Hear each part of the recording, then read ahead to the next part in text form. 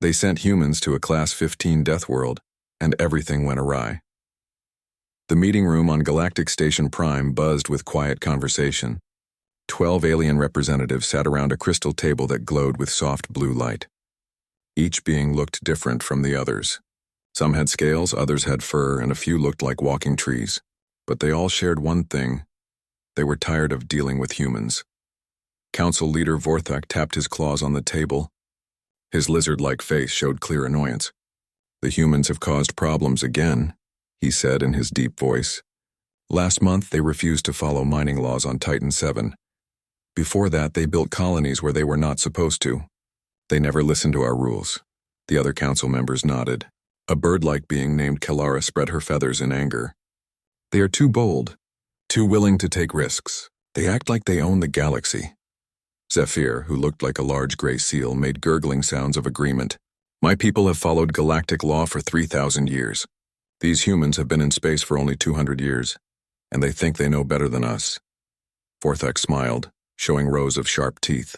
"I have a solution. A perfect solution." He pressed a button and a hologram appeared above the table.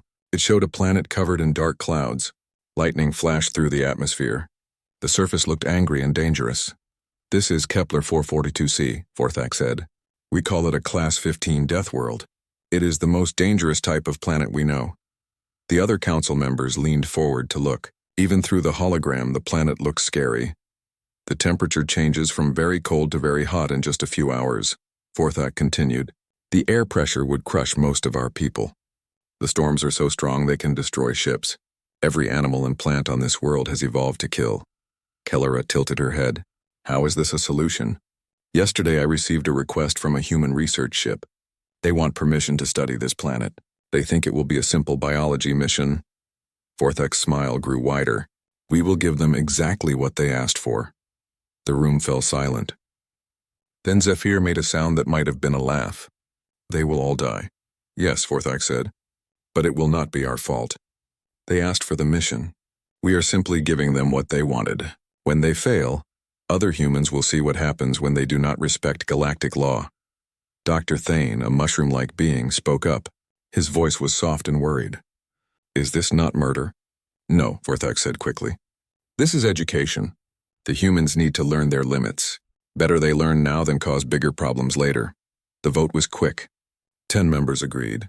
Only Dr. Thane and one other voted against the plan. 3 days later, the human research ship Endeavor's Pride received official permission for their mission. Captain Martinez read the message to his crew with excitement. "Kepler 442c has been approved for our biological survey," he announced over the ship's communication system. "The Galactic Council calls it a unique ecosystem. This could be the discovery of our careers."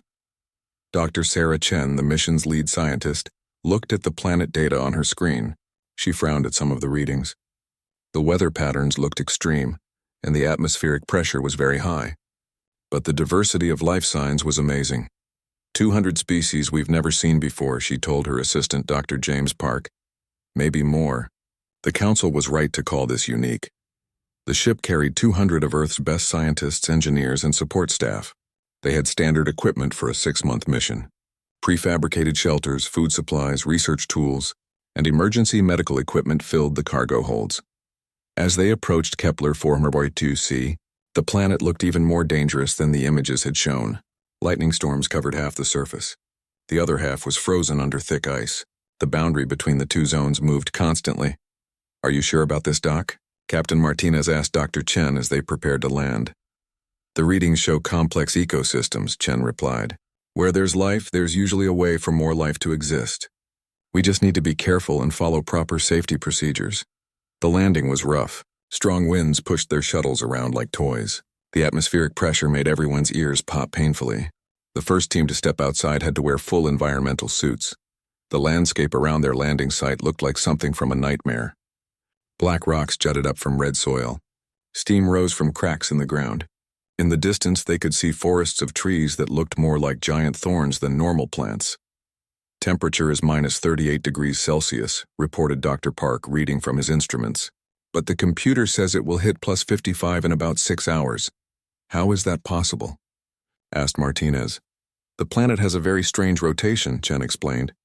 Plus, the atmosphere traps and releases heat in unusual ways. We'll need to adjust our schedules around these temperature swings. As they set up their base camp, strange sounds came from the forest. Howls, screeches, and sounds they had no names for echoed across the landscape.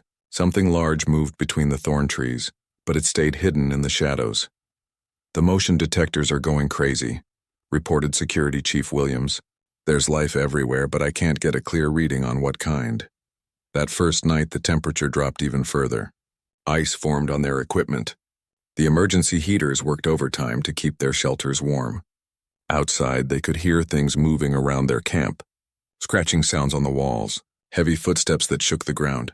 "Maybe we should call for pickup," suggested Dr. Park as something roared nearby. "We've been here 8 hours," Chen said firmly. "Give it time. Life adapts. If these creatures can survive here, we can figure out how to coexist."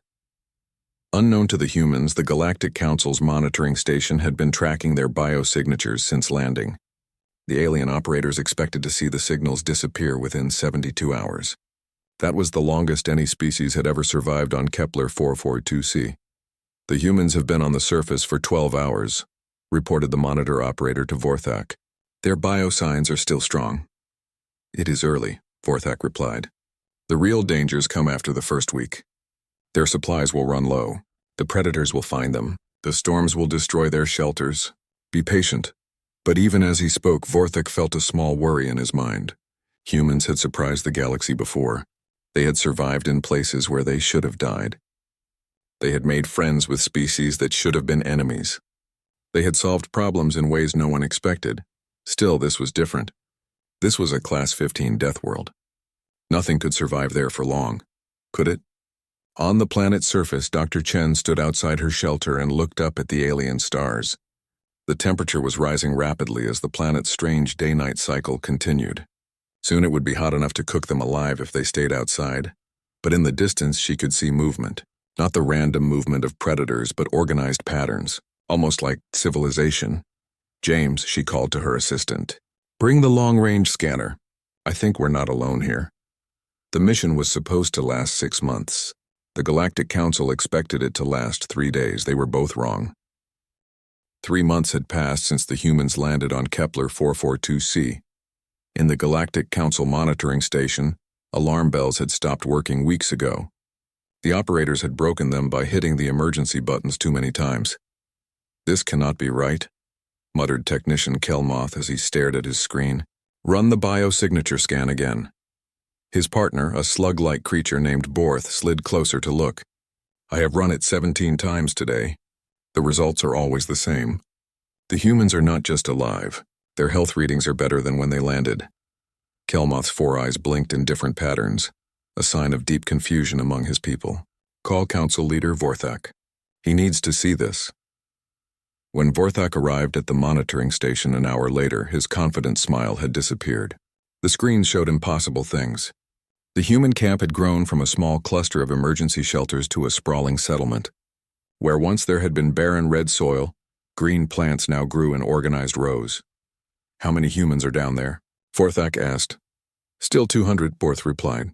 "But they have built structures for at least 1,000 people." "And look at this." Borth changed the display to show heat signatures. Large creatures moved peacefully around the human settlement. The same creatures that had been registered as deadly predators were now walking calmly near human children. "The 6-legged death cats are domesticated," Kelmoth said in disbelief. "The humans are using them like farm animals and riding them." On the planet's surface, Dr. Saracen was indeed riding a creature that looked like a cross between a saber-toothed tiger and a horse. The locals called them razorbacks because of the sharp spines along their backs. Chen had learned to ride them by studying their social behavior and offering them the right type of food. "Easy, Thunder," she said, patting the creature's neck. The razorback purred, a sound like rocks grinding together. 3 months ago, these animals had tried to eat the humans. Now they competed to see who could carry researchers the fastest. Chen guided Thunder toward the newest section of their settlement. Here, human engineers worked alongside strange crystal beings that looked like walking diamonds. These beings had emerged from deep caves after the humans had been on the planet for 6 weeks. The crystal beings communicated through vibrations in rock and metal. Most species would have given up trying to talk to them. The humans had learned to tap out messages on metal plates with hammers. "Good morning." "Resonance of deep stones," Chen called out, tapping her greeting on a copper plate attached to her belt. The crystal being's body chimed like a bell. Through the metal translation device the humans had built, its words came out as, "Greetings, pack leader who learns fast. The new growing chambers are ready for your seed pods." Chen smiled. These beings had been alone for thousands of years. They remembered when other people lived on this planet, but those people had died long ago. The crystal beings had forgotten how to make many things. The humans were helping them remember, and in return, the crystal beings shared their knowledge of the planet. "Dr. Chen," called James Park as he jogged up to her. "You need to see what Engineering Team 3 found in the old ruins." Chen followed Park to a dig site near the crystal being's main cave system. Here, human archaeologists worked carefully to uncover ancient structures. What they had found made Chen's heart race with excitement. "It's a star map," explained Dr. Lisa Rodriguez, the team's lead archaeologist. "But not just any star map. Look at these symbols." The map was carved into a wall of the same crystal material as their new friends. It showed the locations of planets throughout the galaxy, but more importantly, it showed lines connecting the planets. "These are hyperspace routes," Chen realized. "But they're not the routes we use today. These are different. Faster, maybe?" One of the crystal beings approached them. This one was older and larger than the others. When it spoke, its voice resonated through every piece of metal in the area. "You have found the memory of paths," it said. "Our ancestors built the roads between stars long before the current peoples knew of space travel." Chen's translator device could barely handle the complex ideas in the crystal being's speech. "Your people built the hyperspace network?" "Not the one you use," the being replied. "That network is young and slow. We built a better one, but the knowledge was lost when the Great Dying came." "What Great Dying?" The crystal being's light dimmed with sadness. "A plague that turned minds to violence. Our people fought each other until only a few remained. We became simple and forgot our greatness, until you came." Meanwhile, the human engineers had solved practical problems in ways that amazed their new friends. The planet's extreme temperature swings had seemed like a deadly problem. Instead, the humans built machines that used the temperature differences to make electricity. Chief Engineer Martinez, the captain's younger brother, explained their power system to a group of crystal beings. When the hot side gets hot and the cold side stays cold, electricity flows through these metal strips. We call them thermoelectric generators. The crystal beings found this fascinating. They had always hidden from the temperature changes. The humans had learned to use them. The food situation had also improved in unexpected ways. The planet's soil was toxic to most Earth plants. Dr. Park had brought soil bacteria from Earth that somehow made the poisonous dirt safe for growing food. The bacteria ate the toxic chemicals and turned them into nutrients. "It should not work," Park told Chen as they walked through their greenhouse domes.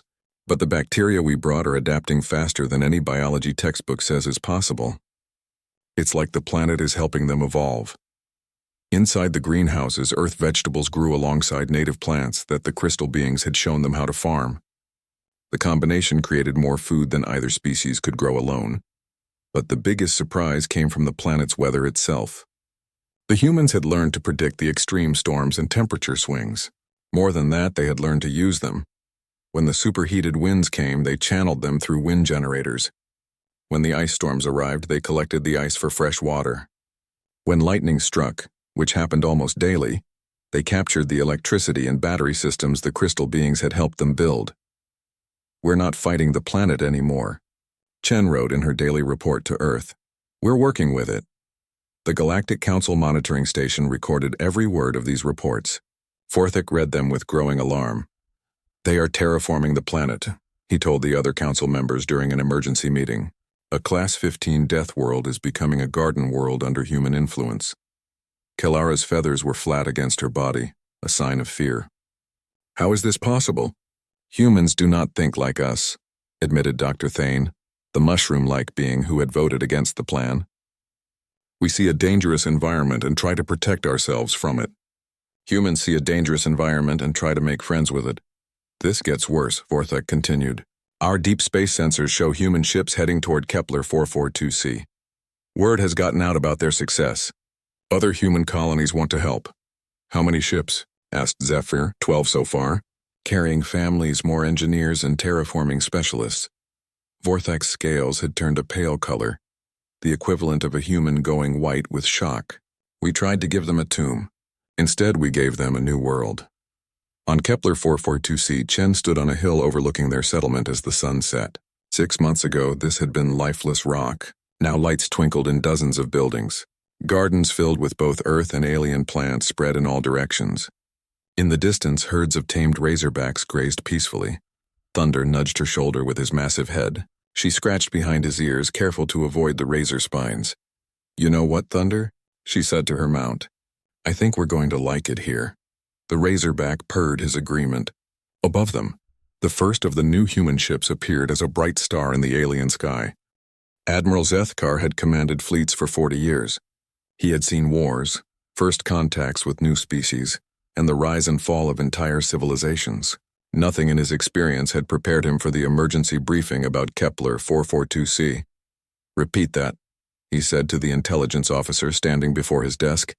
Lieutenant Yathara, a nervous-looking being with tentacles instead of arms, shuffled through her data tablets.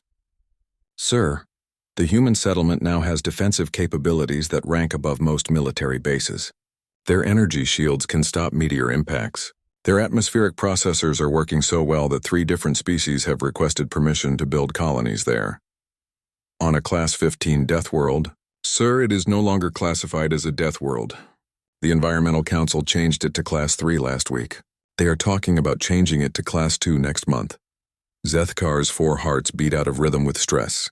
Class 2 worlds were garden paradises. The idea that Kepler 442c could become one was impossible. Yet the evidence sat in front of him. "Show me the tactical analysis," he ordered. A hologram appeared above his desk. It showed the human settlement from above. What had started as a small research camp now covered an area the size of a major city. Walls surrounded the outer edges. Not primitive barriers, but sophisticated defensive structures that hummed with energy. "The walls are made from a crystal metal alloy," Yathara explained. "The humans developed it by combining their metallurgy with technology from the native crystal beings. Our weapons experts estimate it would take orbital bombardment to break through. What about their military forces?" "That is the strange part, sir. They have almost no traditional weapons, but they have tamed the local predators. Over 300 trained razorbacks serve as cavalry. They have domesticated the burrowing acid spitters for siege work. And something they call storm riders." "Storm riders?" The hologram changed to show creatures Zethkar had never seen before. They looked like flying manta rays made of living lightning. Humans rode on their backs, soaring through the planet's constant storms. "The humans discovered these creatures living in the upper atmosphere," Yathara continued. "No one knew they existed because they only come down during the worst storms. The humans learned to communicate with them through electrical signals." Zethkar stared at the image of a human child riding a creature made of electricity through a hurricane. "Are the humans insane?" "No, sir. They are adaptable." The hologram shifted again to show the interior of the human settlement. Zethkar expected to see military facilities and weapons factories. Instead, he saw schools, hospitals, research centers, and art galleries. Human children played in parks alongside young crystal beings and baby razorbacks. "It looks like a normal city," he said in confusion. "Yes, sir. That is what makes it so dangerous. The humans have not built a military base. They have built a home, and they have made the local population their friends." This was the part that worried military strategists throughout the galaxy. Humans did not conquer planets in the traditional sense. They moved in, made friends with whoever lived there, and improved things for everyone. Before anyone realized what had happened, the humans had become impossible to remove. "How many humans are there now?" Zethkar asked. 1,500, sir. But more ships arrive every day. The humans are calling it their fastest-growing colony. "And the Galactic Council?" Yathara's tentacles curled with embarrassment. "The Council is trying to pretend this was always the plan. They claim they knew the humans would succeed and that assigning them to Kepler 442c was intended to test their terraforming abilities." Zethkar stood up and walked to the large window of his command ship. Below him, the planet Kepler 442c rotated slowly. From space, he could see green areas spreading across what had once been barren continents. Weather patterns that had been chaotic now showed signs of organization. "Sir," Yathara said quietly, "there is more." "More?" "The humans have found something in the ancient ruins. Our long-range sensors detect energy signatures we do not recognize. Intelligence suggests they may have discovered technology from the predecessor civilization. Every spacefaring species knew about the predecessors, ancient beings who had built the original hyperspace network millions of years ago. Their technology was so advanced that modern science could barely understand it, and the humans had found it. Has anyone made contact with the human leadership? Zethkar asked. Ambassador Torres has requested a meeting with you, sir. He is already in the system. An hour later, Ambassador Carlos Torres sat across from Admiral Zethkar in the conference room of the command ship. Torres was a middle-aged human with graying hair and friendly eyes. He looked more like someone's grandfather than a diplomat dealing with a galactic crisis. Admiral, Torres said with a warm smile, thank you for meeting with me. I know this situation has caused concern. Ambassador, your people have turned a death world into a military stronghold in less than 4 months. Of course there is concern, Torres laughed. Military stronghold? Admiral, have you seen our settlement? We have 3 kindergartens, a community theater, and the best botanical gardens in this sector. If that is a military stronghold, we are doing it wrong. You have defensive walls that can stop fleet bombardment. We have walls that can stop the meteor showers that happen here twice a month. Torres corrected. The same technology protects us from space rocks and orbital weapons. Should we have built walls that only stop meteors? Zethkar found himself unsure how to answer. The human had a point. What about your tamed predators? The Admiral tried. You mean our livestock and pets? Torres pulled out a small device and showed Zethkar a video. It showed a human child riding a baby razorback while laughing with joy. My granddaughter loves her riding lessons. Much safer than the horses we have back on Earth. And the storm riders? Best weather monitoring system ever developed. They live in the storms, so they can predict weather changes days in advance. Very helpful for farming. For every military concern Zethkar raised, Torres had a peaceful explanation. The humans had not built a war machine. They had built a thriving community that happened to be extremely well defended. Admiral, Torres said seriously, I know the Council sent us to Kepler 442c hoping we would fail. We have the recorded communications to prove it. Zethkar's expression did not change, but inside he felt a chill. We are not angry about this, Torres continued. Honestly, we understand why the Council was frustrated with us. Humans can be difficult to work with sometimes. We ask too many questions. We ignore rules that do not make sense. We make friends with people we probably should not. Then what do you want? We want to make this right. Kepler 442c has become something wonderful. The crystal beings here are the descendants of the predecessors. They have knowledge that could help every species in the galaxy. Technology that could make space travel safer and planets more livable. Torres stood up and walked to the window. Below them, the planet looked green and peaceful. We want to share this with everyone, he said, but we want to do it the right way, with respect for the galactic community and proper oversight. What kind of oversight? Let the best scientists from every species come to study here. Let them learn from the crystal beings. Let them see how humans and aliens can work together. Let this planet become an example of cooperation instead of conquest. Zethkar thought about this offer. It sounded reasonable. Too reasonable. What is the catch, Ambassador? Torres smiled. No catch. Just one small request. We want the Galactic Council to be honest about what they tried to do.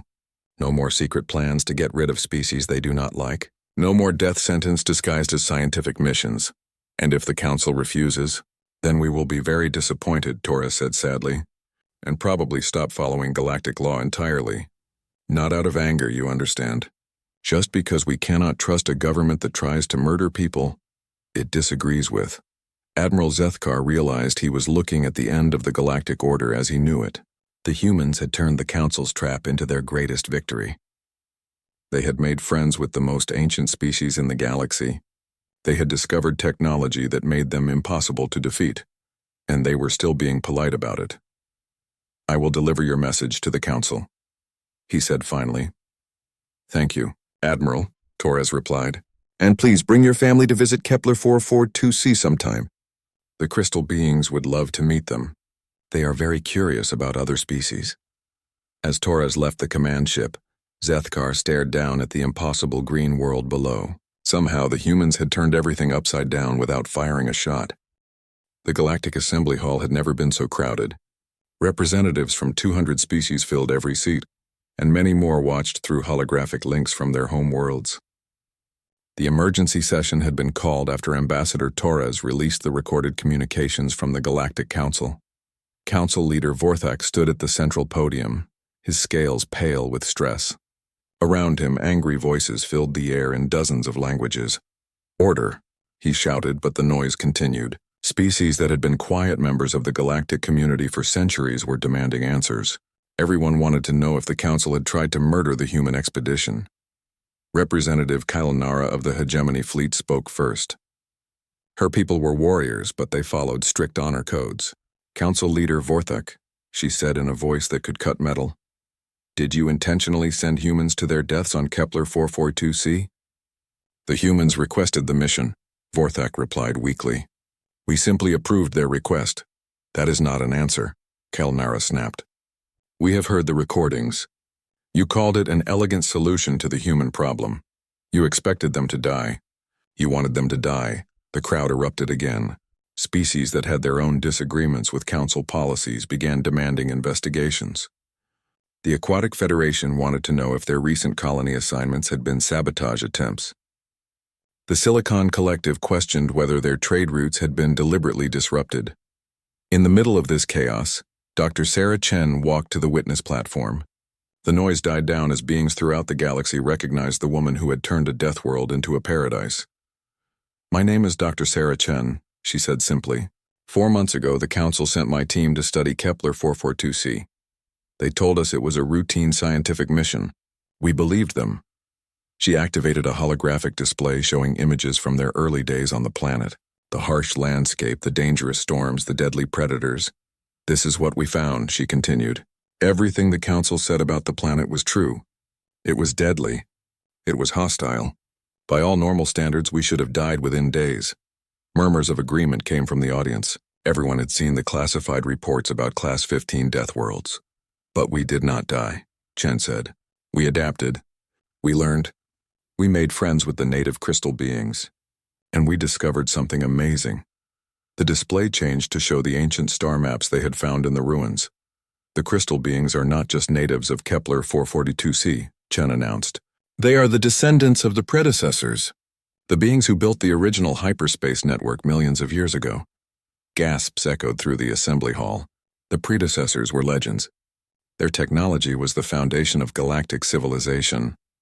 For thousands of years, the crystal beings have been alone, reduced to a simple existence by an ancient plague that destroyed their civilization, Chen continued.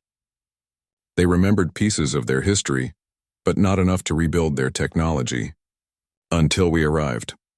The display showed human engineers working alongside crystal beings, sharing knowledge and rebuilding ancient machines. Together, we have begun to rediscover predecessor technology. Faster hyperspace travel, better energy sources, communication systems that work instantly across any distance, medical devices that can cure diseases we thought were impossible to treat. The assembly fell completely silent. This was bigger than political disputes or colony rights. This was about the future of galactic civilization. "But here is the important part," Chen said, her voice carrying clearly through the vast hall. "The crystal beings want to share this knowledge with everyone. They do not want to repeat the mistakes that destroyed their ancestors. They want to build a galaxy where all species work together." She paused and looked directly at the council members. "They do not trust governments that try to murder people they disagree with." Council leader Vorthak stood up angrily. "The humans violated dozens of galactic regulations. They colonized a world without permission. They made first contact without following proper protocols. They turned your death trap into a miracle," interrupted Dr. Thane, the mushroom-like being who had opposed the original plan. "They did what we said was impossible. And now you are angry because they survived." The crowd erupted again, but this time the anger was directed at the council. Representative after representative stood up to demand Vorthak's resignation. Ambassador Torres took the platform next. Unlike Chen, he did not look angry. He looked sad. "My friends," he said quietly, and somehow his voice carried over the noise. "We are not here to blame anyone. We are here to fix a broken system." The hall gradually grew quiet.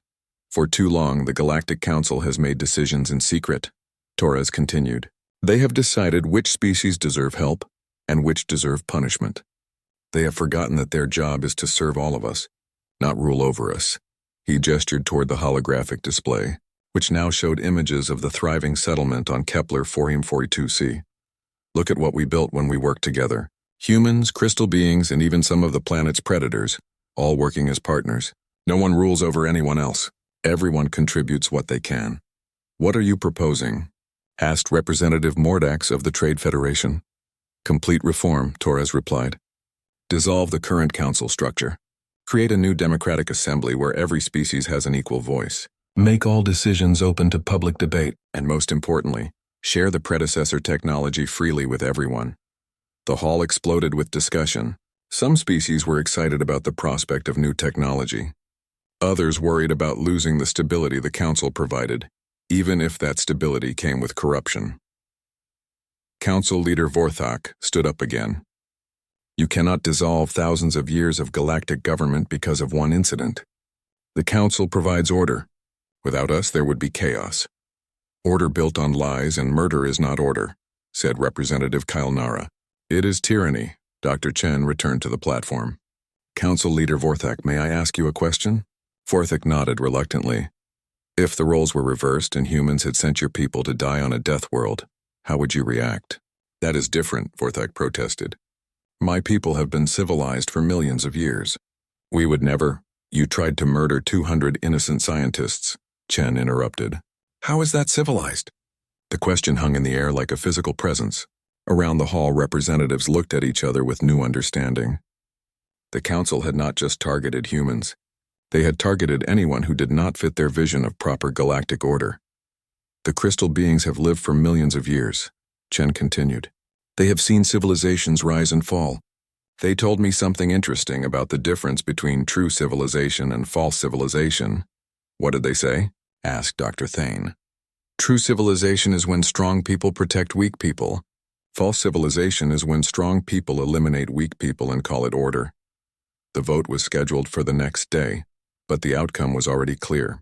Species after species announced their support for democratic reform. Even some of the council's traditional allies called for change. That evening, Chen stood on the observation deck of the human embassy ship.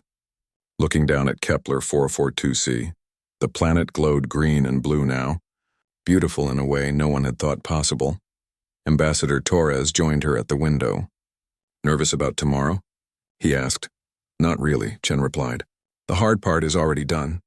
We proved that cooperation works better than control. We proved that making friends is more powerful than making enemies.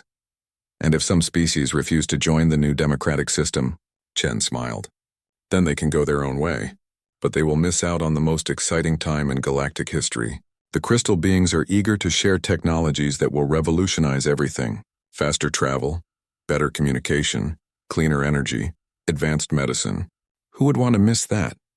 Below them, lights twinkled across the surface of the former death world.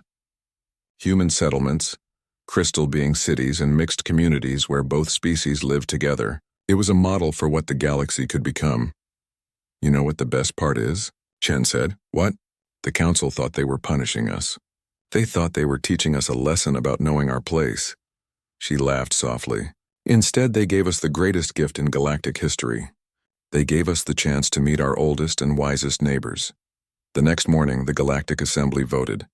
The motion to dissolve the current council and create a democratic government passed by an overwhelming margin.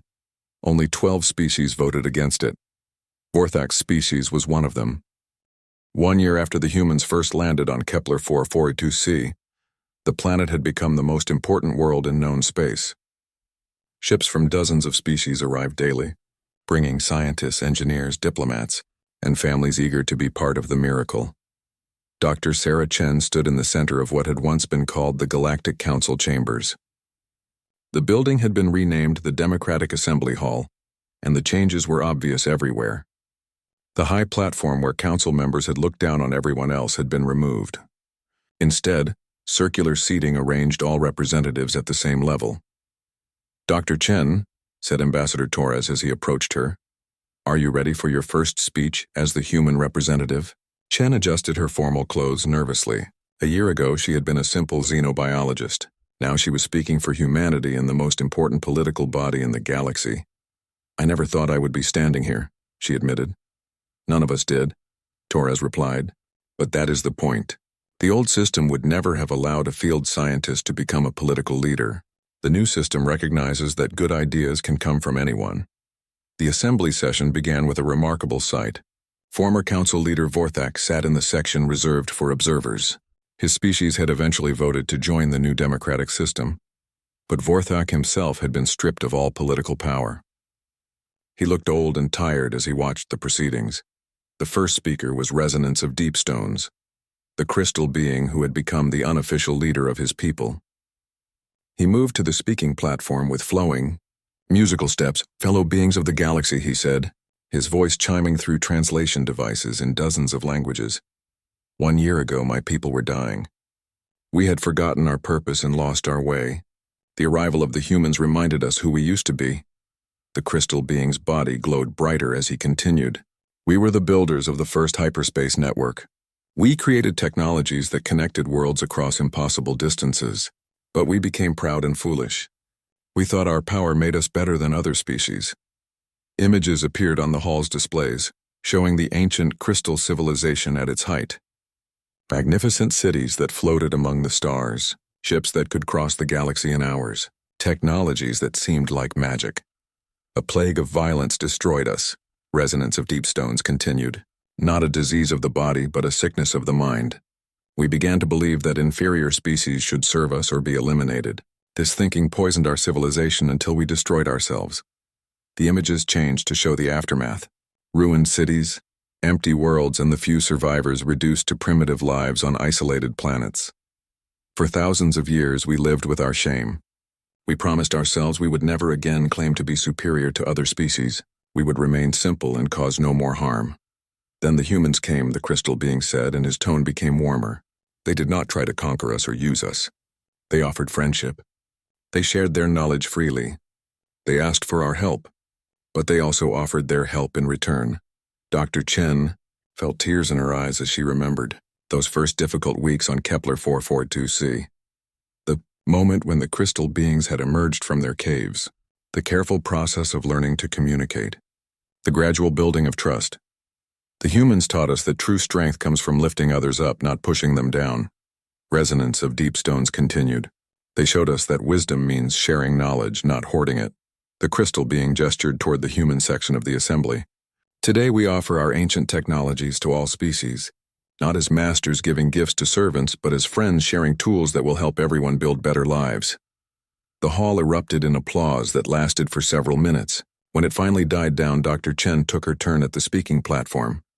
"Thank you, Resonance of Deepstones," she began.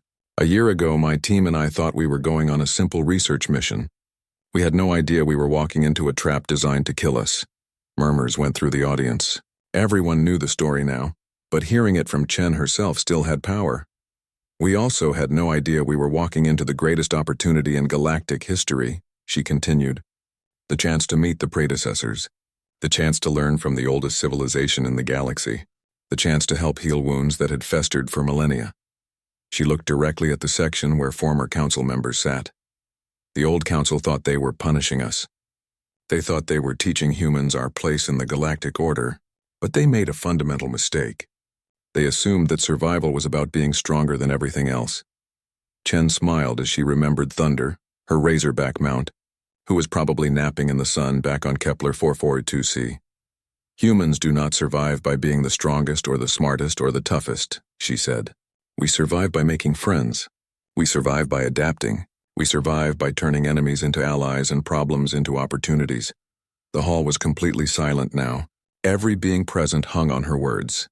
"The crystal beings have shared technologies with us that will revolutionize galactic civilization. Instant communication across any distance. Hyperspace travel that is 10 times faster than before. Energy sources that are clean and unlimited. Medical techniques that can extend life and cure diseases." She paused to let this sink in. "But the most important thing they have given us is not technology. It is wisdom. The wisdom to know that true civilization means working together, not ruling over each other." Chen activated a holographic display that showed images from Kepler 442c. the thriving settlements where humans and crystal beings lived side by side, the schools where children from both species learned together, the research centers where ancient knowledge was combined with new ideas. This is what the galaxy can become, she said. Not a place where strong species dominate weak ones, but a place where every species contributes what they can and benefits from what others offer. The applause was thunderous. Representatives from species that had never agreed on anything stood together and cheered. When the formal session ended, Chen found herself surrounded by diplomats and scientists eager to discuss cooperation agreements. The Aquatic Federation wanted to build underwater cities using crystal being technology. The Silicon Collective offered to help mass-produce the new hyperspace drives. Even the warrior species were excited about medical advances that could heal injuries thought to be permanent. As the crowd finally thinned, Chen noticed Vorthak approaching her. The former council leader looked smaller somehow, as if his defeat had physically diminished him. "Dr. Chen," he said quietly, "may I speak with you?" "Of course," she replied. They walked to a quiet corner of the hall. Vorthak was silent for a long moment, then spoke in a voice barely above a whisper. "I was wrong," he said.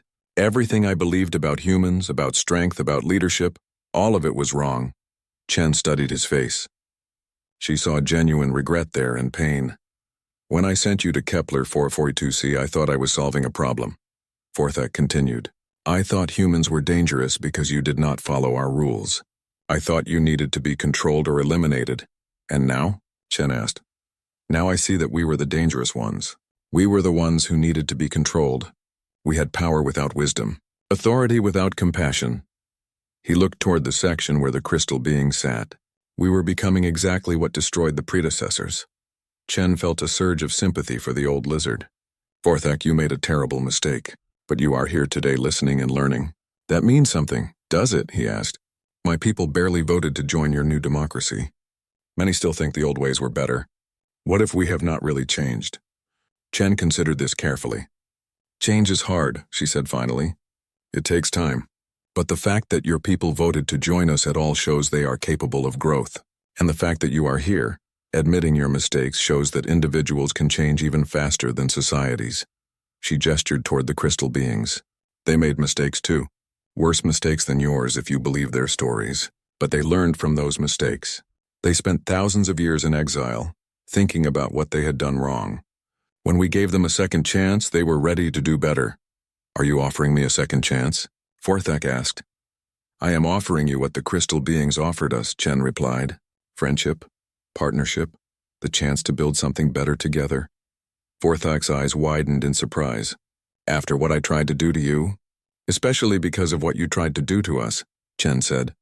"If we can turn enemies into friends, if we can transform attempted murder into miraculous cooperation, then we can solve any problem the galaxy faces."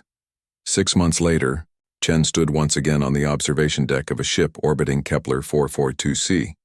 But this time the ship was not alone. Hundreds of vessels from dozens of species filled the space around the planet. Construction ships building new stations, science vessels conducting joint research, transport ships bringing families to the growing communities below. Ambassador Torres joined her, as he had so many times before. "The latest reports from the outer colonies," he said, handing her a data tablet. 3 more species have requested help with terraforming projects.